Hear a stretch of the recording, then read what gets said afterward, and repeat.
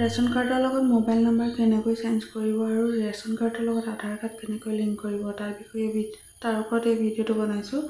তাৰ বাবে আপোনালোকে কোনো দোকান যোৱাৰ প্ৰয়োজন নাই, নিজৰ মোবাইলৰ সহায়তে কৰিব পাৰিব। ঠিক আছে, তাৰ বাবে আপোনালোকে আপোনালোকৰ মোবাইলৰ এটা ক্ৰম ব্ৰাউজাৰ লৈ যাব, গৈ লৈ ration card with mobile number link বুলি টাইপ কৰিব। তলত আছে এইটো টাইপ কৰি দিব।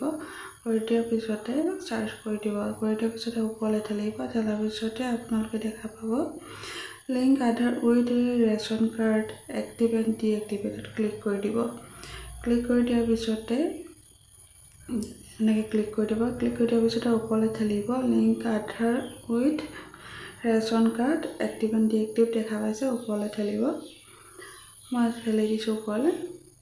ঠেলাৰ পিছতে ৰ'ব, ইয়াতে দেখা পাইছে ৰেচন কাৰ্ড। ইয়াতে ৰেচন কাৰ্ডৰ নাম্বাৰটো লিখিবলৈ দিছে।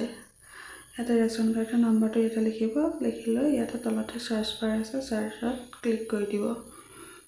ক্লিক কৰি দিয়াৰ পিছতে আপোনালোকে ইয়াতে দেখা পাইছে তলত আছে চিৰিয়েল নাম্বাৰ আছে, ওৱান আছে, নেম আছে আৰু এইফালে ৰাইট চাইডে আছে মোবাইল নাম্বাৰ।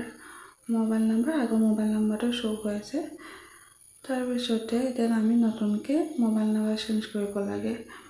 তাৰ বাবে তলত দিয়া আছে, মই কৈছিলোঁ যে link Aadhaar and mobile number আৰু আধাৰ কাৰ্ড একেলগে লিংক কৰিব পাৰিব। তাৰ বাবে আপুনি এইটো ঘৰটোত ক্লিক কৰিব লাগিব। এতিয়া আমাৰ কাম হৈছে অকল মোবাইল নাম্বাৰটো চেঞ্জ কৰিব লাগে। ঠিক আছে, 2 নম্বৰটো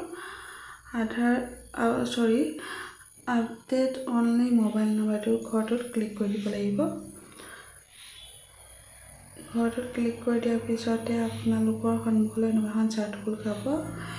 ইয়াতে আপোনালোকৰ মোবাইল নাম্বাৰটো টাইপ কৰিব লাগিব, আগৰ মোবাইল নাম্বাৰটো। তাৰপিছতে ইয়াতে তলত আছে গেট অপশ্যনটোত আছে যে গেট OTP, সেইটোত আপোনালোকে ক্লিক কৰি দিব। ক্লিক কৰি দিয়াৰ পিছতে OTP চেণ্ড ছাকচেছফুলি দেখাইছে। দেখুৱাৰ পিছতে আপোনালোকৰ এটা OTP যাব। OTPটো ইয়াতে বহাই দিব। বহাই দিয়াৰ পিছতে ভেৰিফাই অপশ্যন আছে, তলত ভেৰিফাই অপশ্যনটোত ক্লিক কৰি দিব। যদি OTPটো নাযায়, ৰিচেণ্ট OTP অপশ্যন আছে, তাতে ক্লিক কৰি দিলে আকৌ OTPটো আহিব। ঠিক আছে, আপোনালোকে এতিয়া OTP অহাৰ পিছতে ভেৰিফাই এইটো অপশ্যনটোত ক্লিক কৰি দিব। ক্লিক কৰি দিয়াৰ পিছতে তলত দেখা পাইছে নতুন মোবাইল নাম্বাৰ দিয়া অপশ্যন আছে। এতিয়া আপোনালোকে যোনটো মোবাইল নাম্বাৰ দিম বুলি ভাবিছে লগত থকা নাম্বাৰটো ইয়াতে বহাই দিব, টাইপ কৰি দিব। টাইপ কৰি দিয়াৰ পিছতে তলত চেণ্ড OTP অপশ্যন আছে, চেণ্ড OTP অপশ্যনটোত ক্লিক কৰি দিব। আকৌ এটা নতুন OTP আহিব নতুন মোবাইল নাম্বাৰটোত। এণ্টাৰ OTP সেইটোত বহাই দিব। বহাই দি লৈ ভেৰিফাই এণ্ড ছাবমিট এইটোত ক্লিক কৰি দিব। ক্লিক কৰি দিয়াৰ পিছতে আপোনালোকৰ 24 ঘণ্টাৰ ভিতৰত ছাকচেছফুল হৈ যাব, আপডেট হৈ যাব। কোনো চিন্তা কৰাৰ প্ৰয়োজন নাই।